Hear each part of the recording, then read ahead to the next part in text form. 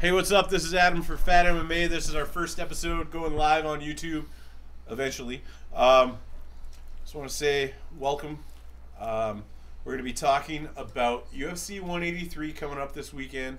There's going to be some great fights. We're going to be talking about the main card, and we're going to be bringing this kind of stuff to you every as often as we can, because there are a lot of great fights coming up within the next month. February is a stacked month for MMA fans. So tonight we're going to be discussing UFC 183. I'm going to say, want to welcome my compadres here, starting with James. Hey guys, so my name is James here. I'm also going to be co-hosting the show with Adam here. I want to say thanks to Adam. He is going to be one of our founders. Actually, he is the founding father of FATMMA. I just want to say thank you for including me. And you know what? All we hope is just to provide you the best FATMMA entertainment that we can. And to my right here is... I am Brett Turner, the actual paternal brother of Mr. Adam Turner. What's up, bro? Beautiful stuff. And of course, I'm sitting with my other brother, James Madigan. This man has been nothing but amazing. He is the guy who helped us put this amazing production together. Adam, the co-founder, or the founding father. I am only one of the corporate fellas, if you will. We only say co-founding. We can't say... Well, I know. But I want to tell you, I love you, Adam. Thank you so much for having me on the show. I'm honored to be here. So let's rock and roll. UFC 183 pay-per-view. Let's go. So, with that being said, what's our first fight tonight, guys? The main card starts off with Jordan Young Gun Mean against Thiago Pitbull Alves. I'm gonna have to say that this fight, you know, it's gonna start the card off with a bang. It's gonna be a great fight. Is Alves gonna be the Alves of old, or is Jordan Mean gonna prove that he is the young gun, the up and comer? We'll find out on Saturday for sure, but my prediction is I think Jordan Mean is going to pull out all stops and utilize all his tools to show that he is worthy of a Scheidel tot. You see, I think that's just mean. And how is that? Well, I happen to like Thiago Alves myself. He's a good guy. I get behind Thiago Alves. It's just, you know, I found like he hasn't really improved his wrestling. You know, Matt Hughes, he had success against him, but guys like GSP, where was he in that fight? Even when GSP pulled his groin, he pulled it. He pulled it like I pulled my dick. Greg Jackson didn't care. Well, I'm just going to interrupt here and say that, you know what? I think with my final pick tonight, it's actually going to be Jordan Mean. Just with his dominating finish over Mike Pyle's last fight, it seemed pretty convincing to me that he's going to be probably like the #1 pick for this fight. Unlike Thiago Alves here, you know, his last fight, it went to the decision. You know, I can understand decisions, but I just don't think that's not an ending in confident fashion. I was not impressed by his performance. Oh, okay. Now that being said, these guys, I swear I love these guys, but I am the one wild card in this one. I disagree. I'm going on Thiago Alves based strictly on the fact that he's been out of that game for a while, and I'm sure he wants to get back in. He was one of our guys, you know. Let's not forget when he went to get to Georges St-Pierre. He was on a tear, lighting up Koscheck, you know, and of course dismantling Matt Hughes, a fantastic wrestler. Jordan Mean is one of them young guns. He keeps the pressure striking. He's a decent striker. He is great with his wrestling, but if he can't get Thiago Alves down to the ground, it will be a short night as soon as he gets touched. I'm taking Thiago Alves myself. So basically what we're saying here is going to be 2-1 against you. It's definitely 2-1 because I've got no choice but to stay by the pit bull. I loved when he went to fight Georges St-Pierre, and I thought his Octagon interview after St-Pierre beat BJ Penn was charming. So with that being said here, so it's 2-1 odds, and you think you're confident enough that he's going to pull it. Are you trying to wager some kind of a bet against me now? Is that how it's going to go?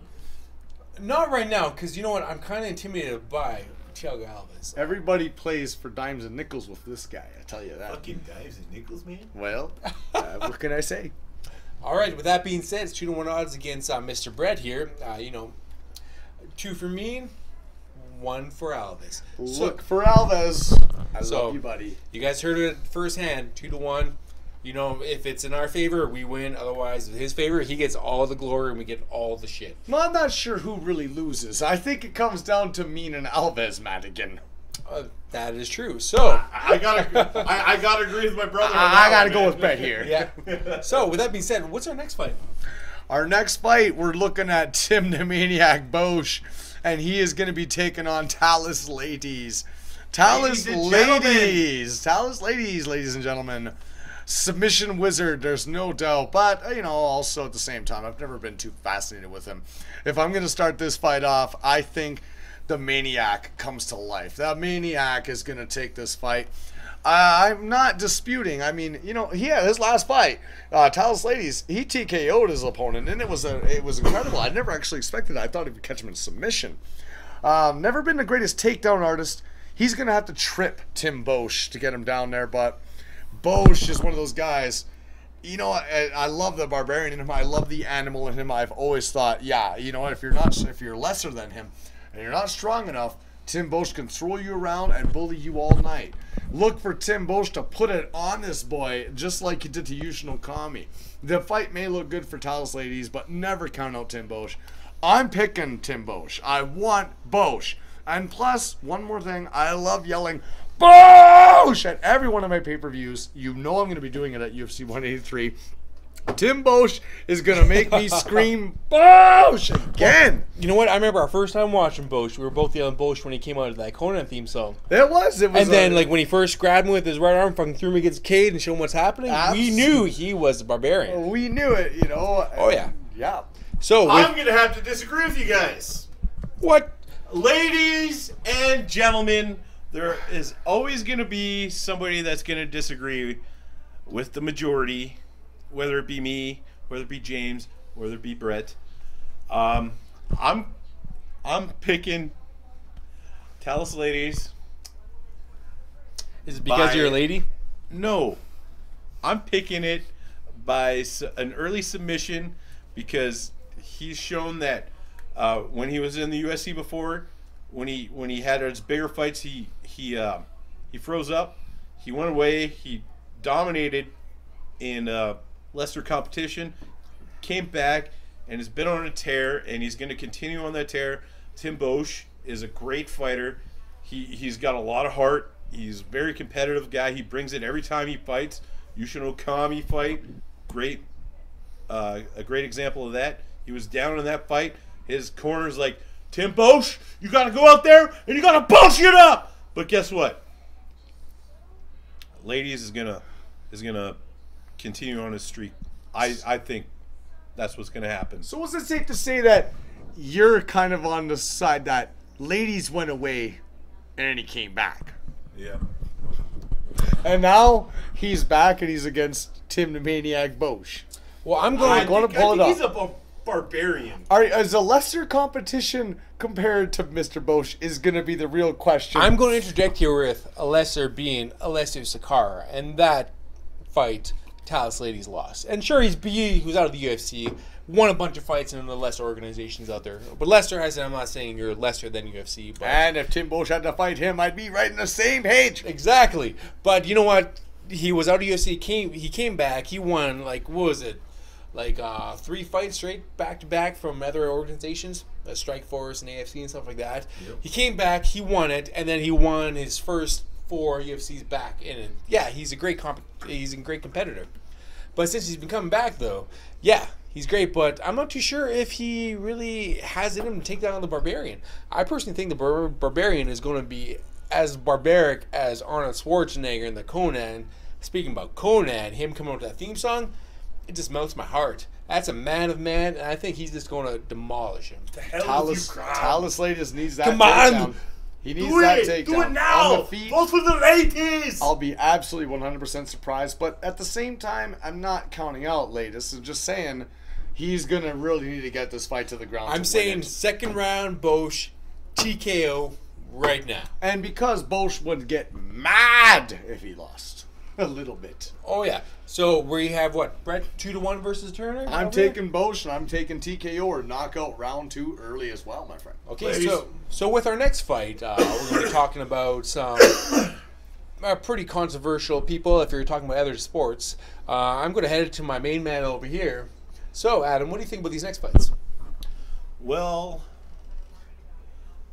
this is one of them rivalries that go on in sports. It's city versus city. This is Boston versus New York. And what sport is this most offense into? I'm talking the Boston Red Sox, New York Yankees. Oh, that's a nasty competition. I gotta say, I'm gonna hand it to my friend here for convincing me to be a Red Sox fan. I enjoyed it ever since he's been showing me the light, and I can say the first thing for him was I actually converted this man to be a Boston Bruins fan. Yep. You notice I'm wearing Patriot stuff, and I'm a huge Patriots fan, and he's going for the lesser two evils in this one. Yeah, this is his hat. Yes. I have to go with my boy from Boston, Joe Lozon, in this fight. It's no disrespect to Ala Iaquinta. I respect his talent. He's an up-and-coming fighter. He's fighting with in the same camp as guys like Weidman, Stephen Thompson, Wonderboy Thompson. Great fighters. They got a great coach behind them with Matt Serra, who had a great run during his fights. Do you remember that trifecta they had? Where it was like Matt Serra over James St. Pierre over Hughes and Hughes over Matt Serra. Did you say James St. Pierre? Are you trying to throw yourself in there with the legacy? Are you thinking, well, his name? I'm just going back to when I was when I was a little kid, all the way through high school. I was in wrestling, and I just confused myself with being the greatest. That's all right. There's times I call myself sorry. He-Man. There's been days. I would more consider you a Skeletor, but that's okay. Skeletor. Or maybe do you want an Orko? Ouch! No. I'd rather be Skeletor. Ding. The reason I'm going with Joe Lozon is because, hey, like the city of Boston, the kid has heart. The kid never gives up. I'm not saying New York doesn't have the same factor as a city or the people in it, but I'm saying that Boston is a strong community, and Boston strong, baby. Joe Lozon said. Yeah, it's all in here. They beat us one, and Joe Lozon is going to make his people proud. I hope everybody out there right now, throughout all the snowfall, I hope you guys are being safe, because 3 feet in a couple days, that's tough. You know, and then up to 70 miles per hour wind gusts with that 3 feet. That's fucking insane. That's brutal. Even up here in Canada, we were expecting all the snow, and we never got it yet. It's like bare ground outside, and we're like, what the hell? We're the northern cold, and I'm wearing shorts right now. But it's so cold, and I've been borrowing James's slippers. Anyway. Yes. Yeah, they're very comfy slippers at that, Brett. I can't say we're going for Lozon, but I'm pulling for Lozon. That's my boy. The guy shows heart. Look at fights he lost against Miller, but you know what? He kept in that fight. He didn't give up. Look at his Varner fight. He was in trouble early and often, and he came back and he won by submission. You know, when he came in early, nobody knew who he was, and he put away a legend like Jens Pulver. The kid has heart. Boston all the way, baby. Joe Lozon. So I'm going to say here that I have really nothing to disagree with my boy here, Adam. I have to say Joe Lozon all the way. This guy, I don't know. At first, I didn't like him. I'm going to admit that right now. But seeing him win and lose and stuff, and the way he takes the losses, the way he takes the wins, he's just a class act character. This guy represents everything Boston's about. If this guy can be a hockey player, he'll be on the Boston Bruins. If he was a football player, he'll be on the Patriots. If he was a baseball player, he'll be on I'm just joking. He's going to be on the Boston Red Sox. So, if he was in the WWE, he'd be with The Undertaker. No, John Cena. No. No. I don't know much about wrestling. I'm just going to say Brock Lesnar. I'm sorry. My bad. CM Punk. But I don't think Ali Quinta is going to have much on him. Yeah, sure, he won against Ross Pearson, and you know what? That was come on, Ross Pearson last fight, he got robbed by Sanchez. Yeah, I will admit that. Are you kidding? Diego Sanchez fought the perfect fight. As we're all rolling our eyes. So I'm going to say Joe Luazan. I think he's going to take a decision. It's going to be 3 rounds, but it's going to be a 3-round, one-sided ass whooping. Like, here's my ass whooping meter. This is even. This is Al Quinta, but this is Joe Luazan. It's almost like Lozon. But it's almost like that. A fan of David Loazo right here. Yeah. Come on, don't bug me about that. I'm talking about fucking. Loazo is a good guy. What's the movie called with fucking? Hey, I'm Rocky. Oh, Rocky. Yeah. Come on, why you gotta do that to me? I'm trying to be like philosophical here. Philosophizer. Over the top. So crazy. Oh, Lincoln Hawk. I just watched it the other day. Oh, really? Ding! Okay, so anyways, it's gonna be that one with fucking. Anyways, whatever, Brett, you take it over. Whatever. All right. You know what? Going to my prediction on this fight, I actually have to agree with my my team here. I mean, I think Joe Lozon is ultimately aggressive in the first round. He's always been insane when he. I'm kind of here. I was actually just informed by my co-host Adam. It actually is over the top. Well, Brett did say over the top. No, he was saying he was bugging me. I was bugging. I was making jokes. Yeah. But that's enough jokes. Let's get back to Mr. Lozon, who was not a joke. Al Iaquinta at the end of the first round is going to be Mr. Iaquinta from Joe Lozon's submission. Joe Lozon is going to come out and blast this guy. This is what I love about Joe Lozon is that even though sometimes it's cost him, it's not always the most ineffective technique to just try and put your opponent away in round 1. This has worked on a lot of dudes. Joe Lozon's always been one of them fight bonus guys. He goes after it. If Iaquinta survives, no matter what, it will be one of them fight of the night candidates. But I don't think Iaquinta is going to think about staying in there too long if Joe gets on top of him. Starts raining down some punches, softening him up, and sneaking in a slick submission. That's why I say Iaquinta. Dang. Round 1, Joe Lozon takes this dude in the first. That's a big statement. That's a big statement by all 3 of us. I've got to gamble on this. Unanimously, Joe all the way. So with that being said, our next fight is now we're looking at the co-main event. We're looking at this is a really tough fight. Kelvin Gastelum versus Tyron Woodley. Now this is a fun fight, and the reason why it's so fun is if you don't know who Gastelum is, he's someone you probably should have been watching if you're a diehard fan, because he's up and coming. I forget exactly what season of The Ultimate Fighter, but it was not long ago. You realize it was Ultimate Fighter. He ended up coming in and taking something that we've all discussed a little bit before the show. We all thought Uriah Hall was just destined to win that show. Well, Uriah Hall was just so dominating. He was almost Anderson Silva-esque, as I believe Chael Sonnen put it. Just ask that guy was crying on the floors. I know that guy. I don't think he was crying, but damn, that was a brutal knockout. That was pretty sad. That Ultimate Fighter was probably one of the best within the last couple of years. And this, Batman. Why wasn't anybody talking about Kelvin Gastelum when the fight? Exactly. When it happened, he did not get recognition. In fact, Uriah Hall got the recognition for being the guy who lost.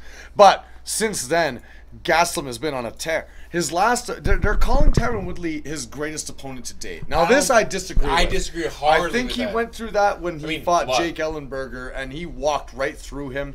Very Cain Velasquez style. Gastelum reminds me of a smaller Cain Velasquez, and he's very dangerous. He's very hungry, undefeated. Tyron Woodley is awesome. He has all the right tools to shut this guy down if he can put it together right. But he's been known to freeze out there when someone is doing nothing more than walking him forward. Tyron Woodley's counter striking is not crazy. So who's the last person that Tyron Woodley throws against? Because if I remember right, it was one of our Canadian brothers, right? Our Canadian brother, Rory McDonald. He was able to stand in front of him and kind of just have his way with him. And I actually thought McDonald could have finished that fight at any time if he really wanted to. Maybe, but Tyron Woodley, hey, he throws up out there. This is not going to be like Rory McDonald, though. Kelvin Gastelum is got more to prove than a guy like Rory McDonald. And I see him challenging for the title sometime this year or early 2016. Tyron Woodley is just another stepping stone. He goes down under pressure. He's going to lose this fight. Kelvin Gastelum is probably going to catch him in an easy submission too.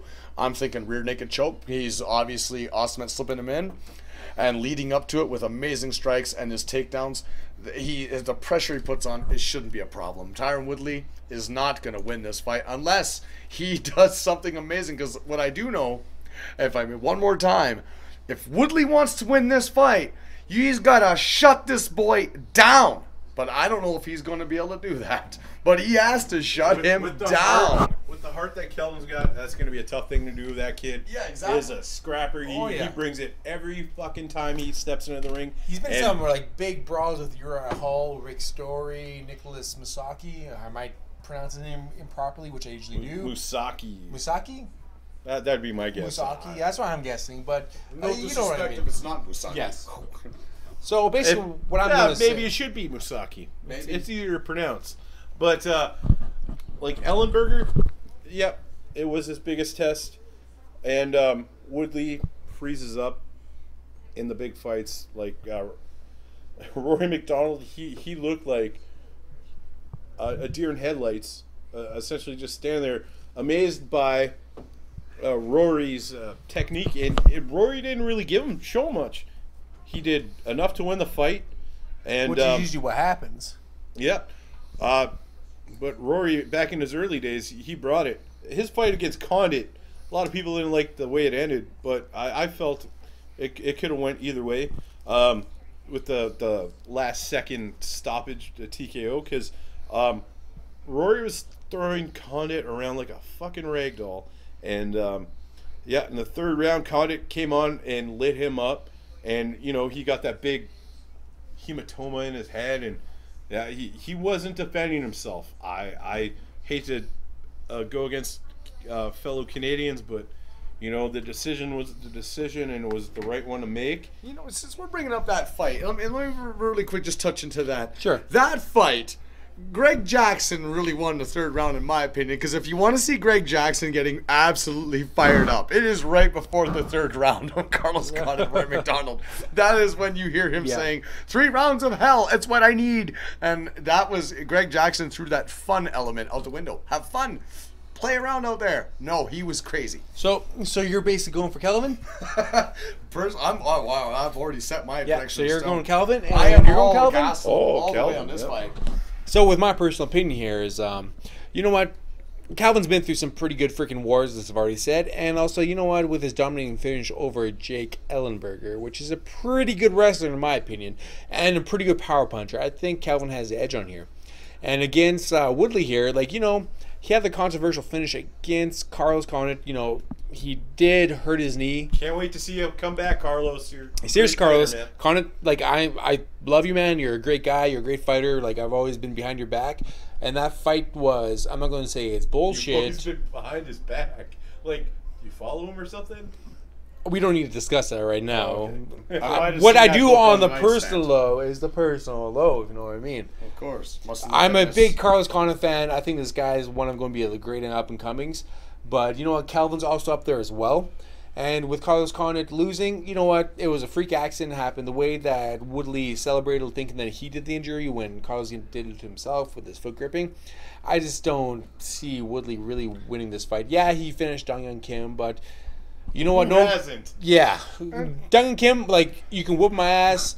But I'm going to say, in the UFC world, when I look at things, you know what? You're one of the gatekeepers where when they beat you, they open up the top 5 to go towards the belt. Once Carlos finished you, everybody else has. I noticed. I can't help but notice that we have all somehow swayed it into just leaving Woodley out and comparing Gastelum to guys like Condit, and you know that's awesome. I mean. But no disrespect to Woodley, but I'm noticing that you're not really much in this conversation if you're watching. That's not our fault. That's your fault. I'm only speculating. You've been fighting. You're the guy fighting, but...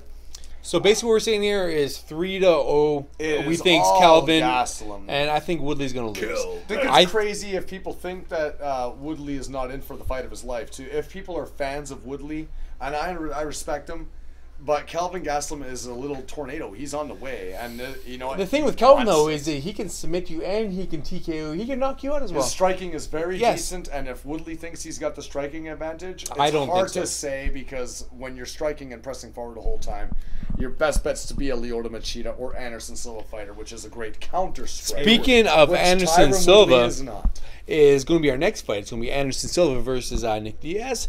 I'm going to start this off because I'm incredibly biased. I've been following Anderson Silva since King of the Cage. I've been telling my two homeboys here that you should watch him.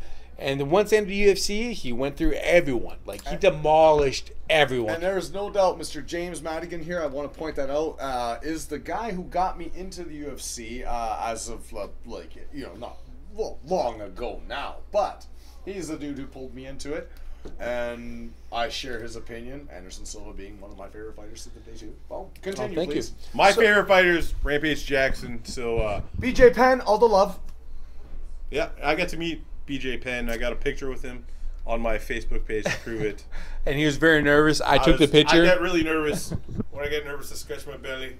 And I had like a mohawk back then. Conor McGregor, keep up what you're doing. Oh, Yeah, Conor! Conor! Yes. Tim Means, baby, they're lucky they ain't fighting you, homie. And by the Bird. way, speaking about all this stuff in the light heavyweight, is that I've been saying since Rumble Johnson went up to light heavyweight is that we should be following. I told him what's going to happen for the last two fights. Okay. I'm 2-0 in this. I've been saying it. Yeah, So I'm going to Yeah. say Rumble Johnson's going to take on Jones. I'm not going to lie. This guy, before this all happened, he was the guy, before we get into the main event, he was the man who actually said, Anthony Johnson's going to knock this guy out real fast. And that was what happened. And that's with both my predictions. Alexander Gustafsson. I love He's you. a great man. You're a He hell of a fighter. You're a He hell showed of a me what competitor. hard is inside the UFC. Yep. He felt the losing. He You knew are what a true happened. champion. Honestly, what happened on Saturday, it was like you lost your belt because you are the true champion of the UFC light heavyweight division. Well, I think Gustafsson got robbed the first fight. To be honest, against Oh, yeah. John's cocaine bones. Any disagreement here? No, No, man, I think you read that Jones between the lost. lines 100%. I know, between the Jones lines, started right? them lines away. Oh yeah, that's what I mean. But anyways, going back to the main subject, Anderson Silva versus Nick Diaz. Yeah, we just got our John Jones fix. Yeah, exactly. Oh, one so more. both of them are John coming Jones got off. his fix. Oh, Probably for somebody else. boom! Boom. So both of them are coming off a 2-fight loss. Obviously, Anderson Silva coming off 2 controversial losses against Chris Weidman. Yeah, they were weird. Yeah, the first one, Anderson Silva kind of gave to himself by, being a little too much of a showboat. And him getting angry. How did I word it before? Bisbing? Yeah, he got Bisbing. He got Bisbinged by Dan Henderson, which was the full. And you know what? The second one, he came back in the second You round. mean Weidman, not Henderson. I said Henderson, didn't I? You said Henderson. Henderson, but you meant White. You meant Weidman. I meant Henderson versus Bisbing, which was referring to. Gotcha. Oh, Wait, I understand. I understand what you mean now. Yes, I'm glad we can come to an agreement here. And of course, the second fight, freak accident. He came back in the second round. He was doing his good stuff, and just the leg. Ah!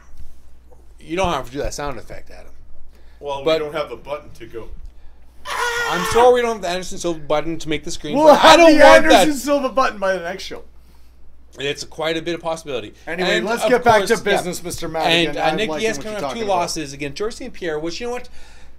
Nick Diaz showed what he's really good at doing against George St. Pierre. Yeah, he did lose probably like 4 of the 1 rounds, maybe 3 to 2 if you want to argue that. But he did show that he's able to bring his will. Like, George wasn't at his top Right, game, was I'm going it- to say. Was it the 3rd or 4th round? Diaz started pressuring him. It was and a you third, and it was weird. It was He never third. threw him up Yeah. against the fence. It was weird that And he Diaz just stood did there. not throw him up against the fence. I thought like BJ Penn took an assault like that, and I wasn't sure that if George was up against the fence in that same position, he would have survived. Just between the two, BJ Penn had Diaz. Diaz can punch all you want, and he did great. That's almost ever seen BJ Penn get beat up, but Yeah. he still stood there and took it. I don't think George would have survived that, but Diaz No. did not put it together. No, that he night. didn't. But yeah, he kind of just But what do you think he's lost against Carlos Condit? Because personally, in my opinion, Carlos Condit smart, played. man. He played the perfect game, which he didn't get baited into. Carlos Condit's movement was amazing. But in that he didn't fight. bite into what Nick Diaz is about. He's all about getting in your face, taunting you, everything, and Carlos Condit kept his game. Just the game plan nonstop, just over and over again, and just kept every round, and he won the fight. That was a fight that I actually picked Carlos Condit to get his butt whipped too. You know, Well, I went for Carlos Condit all the way that fight because I'm a big Condit fan, so that's just my biased opinion. So being a biased opinion right now is with these two guys. I no disrespect to Nick Diaz, he's a great freaking fighter. Like when he demolished Paul Daly, I loved it.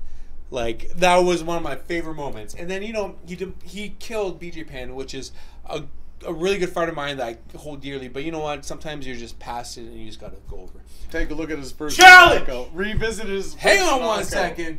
Revisit his Silva, first knockout. round 2, TKO. You can issue that now. I am issuing a challenge. Diaz is going to win that fight. Fuck no. He will win that fight, No. sir. No. Sir. I will bet you that he wins that fight. What do you want to bet? I You want to do like a humiliation or something? Yeah, let's go for a. You want to go for a wager? humiliation? What do you want to do? A humiliation. I pick something for you, you pick something for me? Because I feel confident as fuck in this fight. We're very fortunate to see this one. Ready? Yeah. Good? Okay. Post show. Our first post show after 183. It's on my house. Loser's got to do something stupid. We'll think about it tomorrow. We'll post it up on our Facebook page, and we'll agree to the terms. You got 48 hours to cry. That's all I'm telling you.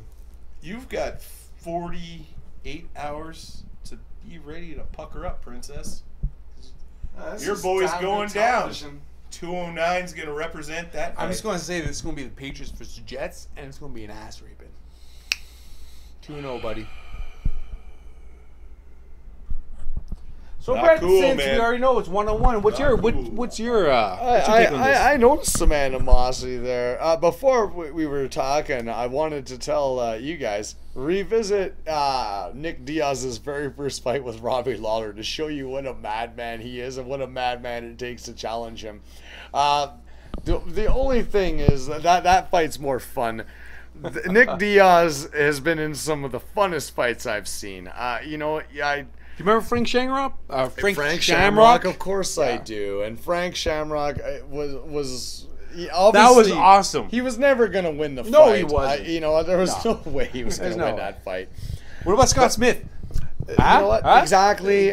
Paul Daly. Let's talk about Paul Daly.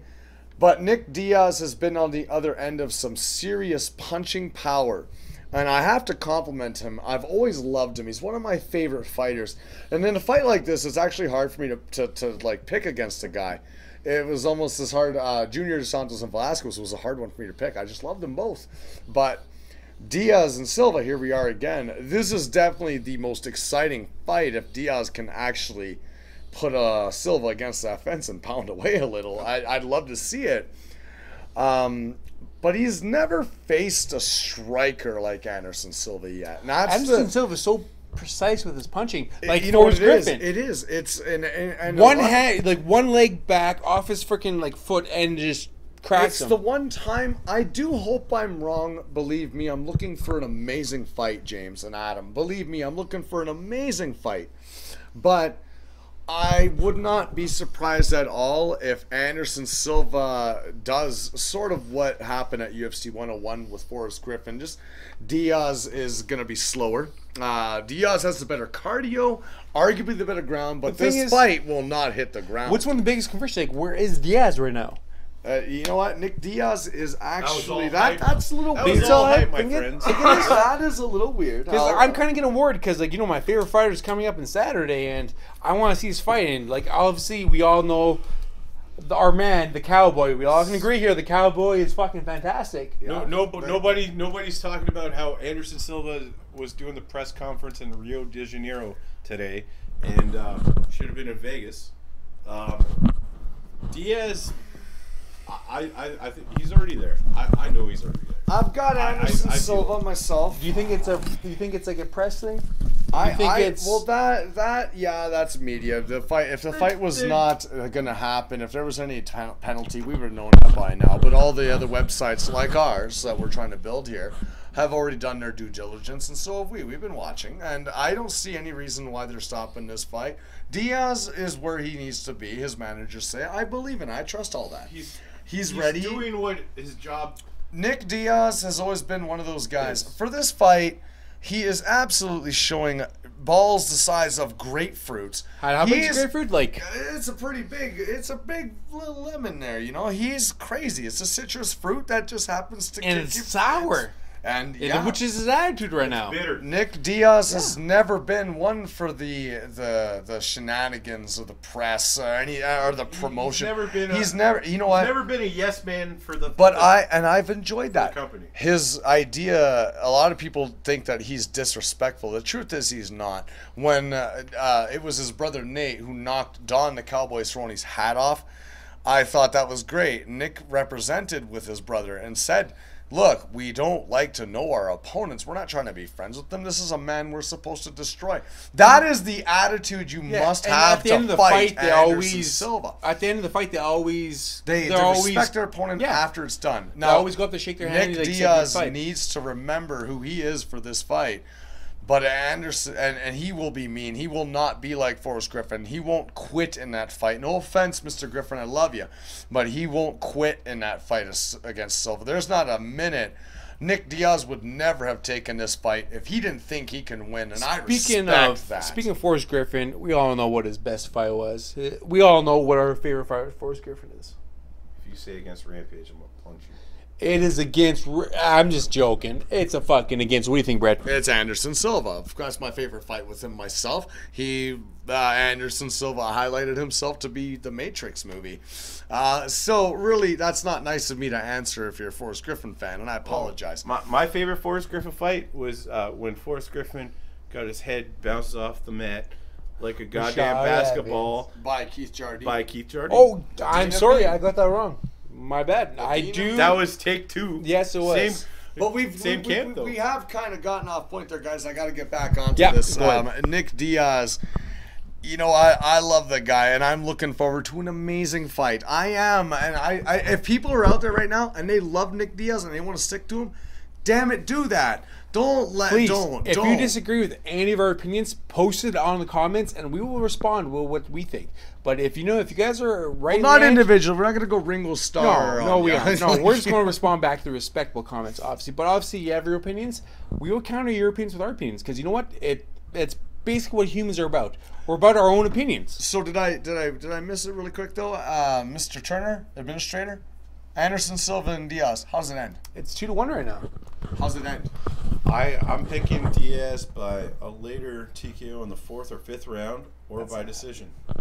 I am picking Anderson Silva's 2nd round TKO. I'm actually picking at the end of the day. God be with you, Nick Diaz, but I'm picking Anderson Silva, and I think he's going to knock him out inside of the 1st. Ooh, that's a big order right there. Well, after 1 minute of Anderson Silva engaging a response, Nick Diaz needs to keep Silva on the end of his punches. I don't think he's going to be able to do that with the Spider. He's had success with.